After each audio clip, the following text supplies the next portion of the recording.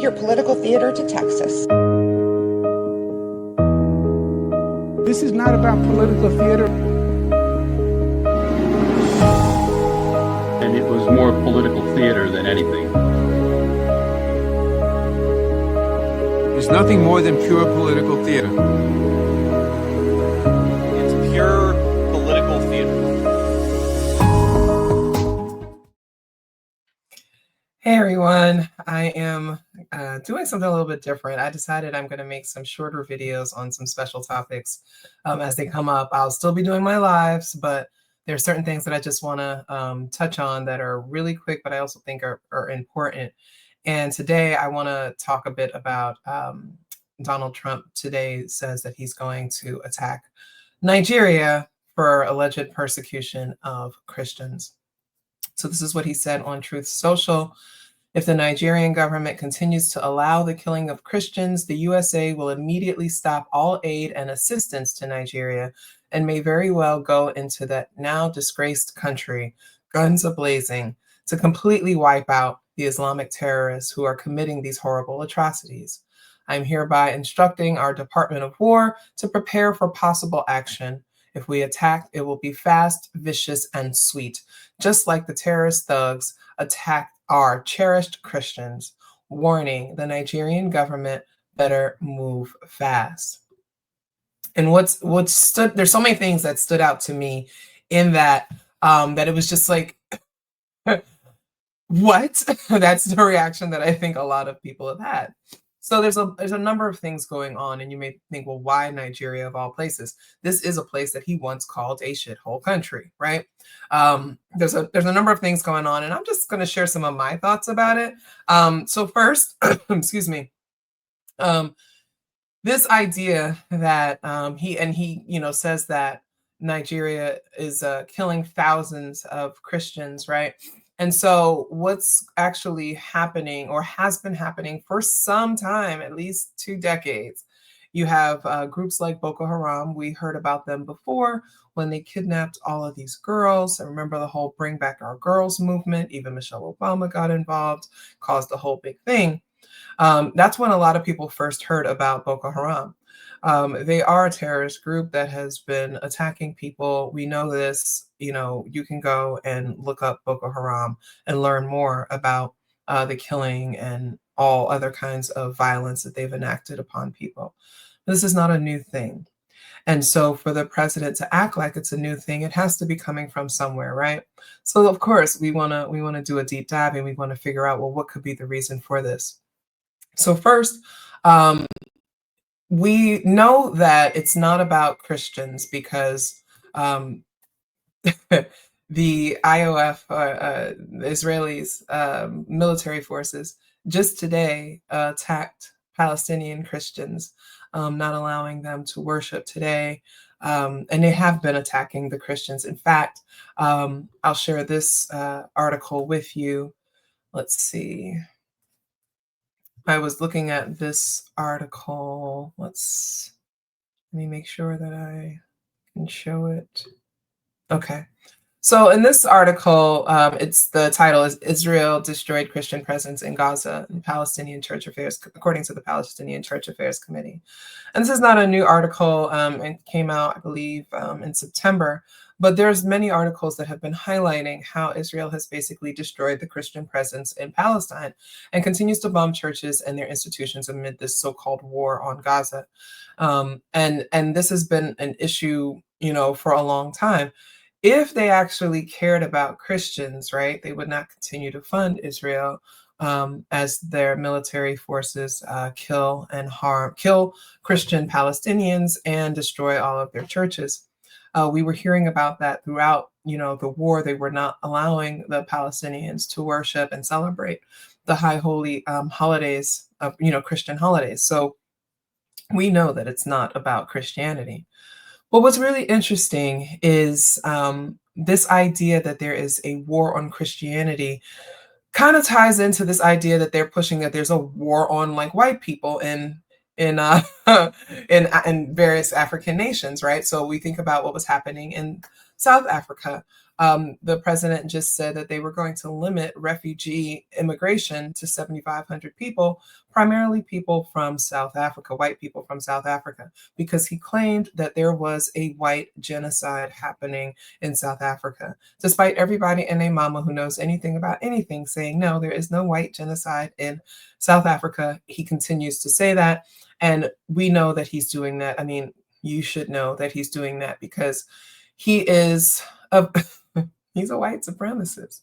And his hope is to bring apartheid to the United States. So what better way to do that than to bring the people who, for decades and decades and generations enacted apartheid upon the Black African people in South Africa, right? Why not bring them here? And this is not a deep dive on, and maybe I will do a deep dive, but how, after the Nazis were stopped, how many of them spread out around the world, and many of them went to South America, which is why you see so many white supremacist fascists in South America and attempting to lead South American nations, because they're all descendants of the same white supremacist fascists. They also went into South Africa, and they went into other nations in Africa. The continent of Africa has been a playground for European colonizers for hundreds of years. And it is unfortunate that they have left devastation in their wake, which has led to a lot of corruption, political corruption, economic instability, turmoil. But one of the deepest ways that they've colonized people is through Christianity. And Nigeria is one of the most deeply colonized Christian nations in Africa. Ain't nobody, I'm sorry, but ain't nobody patriarchally Christian like Nigerians. Respect and love to all my, Nigerian kinfolk, but it's true. We're talking about the region that was one of the strongholds of African traditional religions, damn near completely wiped out. Now they call people who practice things like Ifa and Vodun, they call them, witchcraft and demonic and all these kinds of things, right? And several of them have come to the United States and have begun to preach some of this stuff and start their churches and things like that. They ain't got no oil, as we say. You see these little gospel choirs they have at schools, and they're terrible because they don't have that, whatever. But anyway, I'm getting off the beat, off the track here. But to say that there's some kind of genocide happening or some kind of a large-scale attack out of nowhere on Nigerian Christians is complete nonsense. What we do know is that Nigeria is the largest producer and refiner, the largest refiner of oil on the continent, right? And so if we consider that Trump has been really focused on Venezuela, and he's, talking about this narco-terrorism stuff, everything that he says, you have to believe it's a cover for something.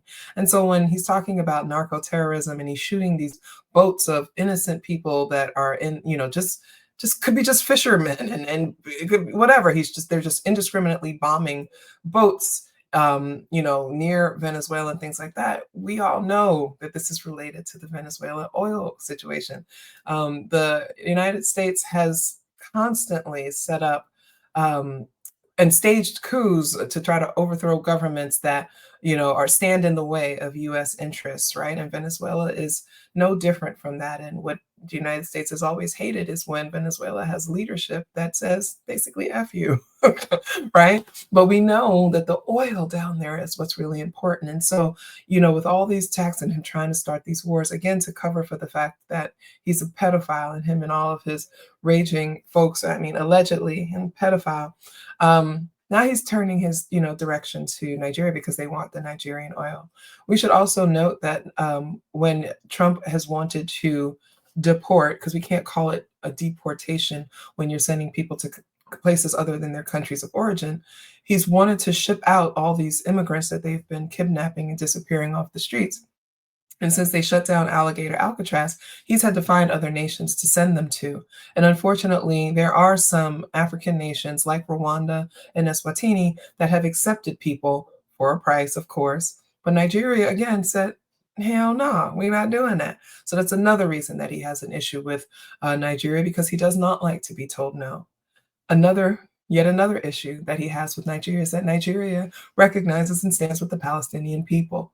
And of course, with the U.S. is, supplying the money and the weapons and all of that stuff to exterminate the Palestinians. Any nation that stands up and speaks up for the Palestinians and shows allegiance to them becomes, is on the enemy list. Something that I don't think that many people have thought of, and this is something that I think about a lot, and I talk about it quite a bit, is for some time now, and I'd say at least 20 years, the United States has been building a new model minority.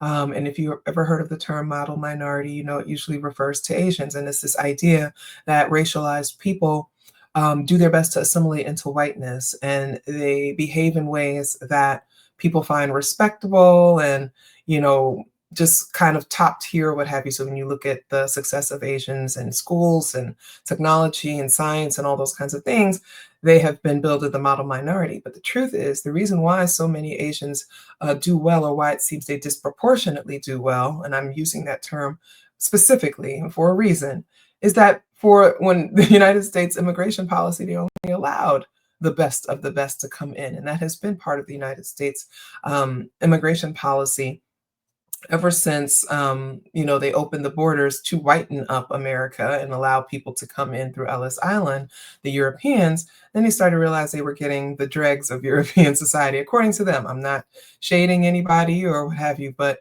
the Irish were coming, the Italians were coming, these folks were coming, and they're like, that's not really the white that we wanted. So they slowed down on the immigration and started putting limits. And so when it came to Asian folks, and I'm talking specifically now East Asian at the time, you had to be the best of the best. And similarly, adding South Asians, you had to be the best of the best. That's why you have so many doctors, engineers, things like that. That's who they were letting in. That's who ends up, making up that population. So of course, everything is going to skew towards that. Fun fact, when we talk about the wage gap with women, it is Asian women who are actually on par with white men. There's no difference there between their earnings, right? That is by design. And so what has happened is that the United States kind of turned its sights on West African and Caribbean folks as well, and kind of creating this new model minority. Why? Because the United States absolutely hates African Americans and the descendants of those they enslaved for centuries. We're not supposed to be here. We were not supposed to survive. They did everything they could to get us to leave, and we haven't. And so what is happening, and what I've been noticing, and other people have as well, and trust me, I'm not on no FBA ADOS nonsense, because I think those people are ridiculously xenophobic and ignorant, and they're just not smart about things. But we do have to acknowledge that we have seen a shift in basically them saying, well, you want us to take Black people, we will. We're just not going to take African Americans. We're going to focus more on immigrants and first generation and foreign born students. Okay, to the point now where 1 out of every 5 college student in the US, Black college student in the US, is either foreign born or first generation. It may even be more than that. So there has been this kind of building, this focusing, and what that on creating a new model minority. And what that does is that creates division within the diaspora. And we talk about diaspora wars and things like that. I try to remind everybody, you're all pawns. We're all pawns in this bullshit, and we need to stop fighting each other. We need to see what is happening. And what is happening is that white supremacy in this country will not stop until African Americans no longer exist in the consciousness. And that's obviously a very difficult task, because American culture is primarily African American culture. Every major cultural export that the United States has had is something that originated with African Americans. So it's very hard for them to divest of that. But when you think about things like, Project 2025, which we could call Project 1981, doesn't really matter. You think about these efforts that they've made to whiten up America. And so they only want to accept people that are willing to whiten themselves up. And so they see West Africans, particularly Nigerians, they'll see Caribbean folks, they'll see them as people that are going to come in and are going to assimilate because they're going to do well. They're going to be doctors. They're going to be all these things. And if you know Nigerian folks and you joke around with your friends and stuff like that, many have said, and I have friends that were either born in Nigeria or are first generation. They're like, yeah, I can't be anything other than a doctor or an engineer. Like my family won't allow it. Again, it's the same thing that was happening with Asian folks, right? And so Trump is playing on that. The administration is playing on that. They're hoping to cause division, right? The other ways that the United States has interfered in that kind of thing is by sending these so-called missionaries over to African nations. Nigeria is definitely one, Uganda, Kenya, other places, to try to convert people to Christianity, but not just convert people to Christianity, to also make sure that they're enacting laws that follow what they believe are Christian laws, primarily anti-LGBTQ laws, right? And so we've seen a lot of that happening across the continent as well. So all of this kind of mixes together, right? And this idea that Trump says that he's going to send, he's instructed the Department of War to send people over there to go in to viciously attack. Well, who are you attacking? He's just labeling Nigeria. He's not talking about, he says, if Nigeria can't handle its Islamic jihadists or whatever, right, then the United States has to do something about it. But again, this is not about Nigeria. It's not about Boko Haram. It's not about the Christians, because we can look at other nations that are having severe issues with kind of these Islamic kind of what they call terrorists or what have you. We can look in places like Burkina Faso. They can't get right. 40%. They've lost 40% of their population, I believe, to these kind of attacks over the last couple of decades or so. We're looking at what's happening in Sudan, right? The RSF and attacking, like committing genocide against Sudanese, many of whom are Christian. You don't see the United States going in to help them either, right? It's not about that. They want oil. And he's pissed off that Nigerian won't take the people that he wants to deport, right? So there's a whole lot of things going on. And I just encourage everybody to, I don't like to say do your own research, because unfortunately, a lot of people don't read a lot. And I know that most of you that are watching Political Theater with Dr. T, many of you are smarter. You are the kind of people that will read. You will go and read the news. You'll pay attention. You'll read news from outside of this country. You'll do all of those things. And so maybe I'm preaching to the choir, but in case you've come across this and you hadn't thought about these things, I think it's really important that you do, that you look into that. One final point that I want to make, I really love this this blog. It's called africaisaCountry.com. And because everybody always thinks that Africa is a country. It's a tongue-in-cheek play on the fact that people refer to Africa as though it is a country and not a continent made up of many nations. And they did a report. They were talking about how Nigeria they were supporting the Palestinian people and how that was a thing. I mean, they can relate. There's a whole lot of similar stuff going on, but the fact that they are mimicking kind of this Western rhetoric that there's some kind of genocide happening against Christians. It's not unlike what's happening in South Africa.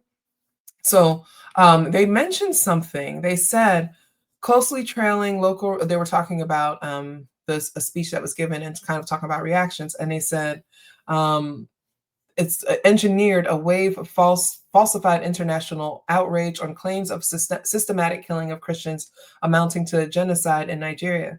Various far-right opinion shapers on social media, including Christo-Zionist Iyal Yacobi, pivoted into claims of a Christian genocide in Nigeria, pushing this narrative with the same fervor with which the far-right groups have recurrently wheeled out the similar trumped-up narrative of white genocide in South Africa, okay? And they were also talking about Zionist Senator Ted Cruz, another one who is just, oh gosh, he's just off his rocker with this whole, like, they're killing Christians and all these things like that.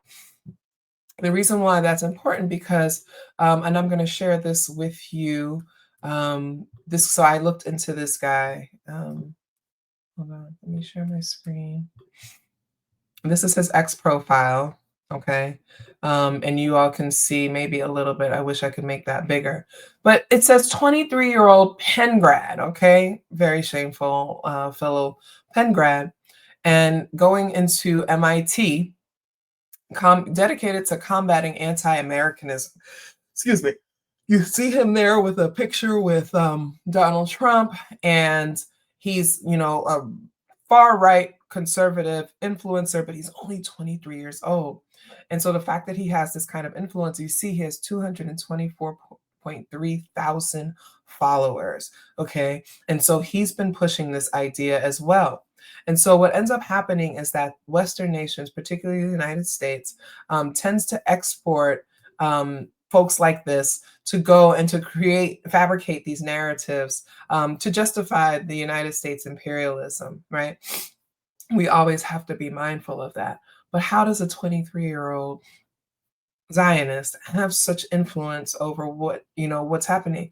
We have to remember Donald Trump is someone who has dined with Nick Fuentes. He's someone who was cozying up with Charlie Kirk, although he hasn't mentioned Charlie Kirk in forever because he didn't like how much attention that Charlie Kirk got when he was killed. Okay. So, when they asked him how he was doing, he was talking more about his ballroom than anything else. So Trump does not like other people getting attention, but he did cozy up with him. Trump cozies up with these influencers and they take that and ride it to the bank.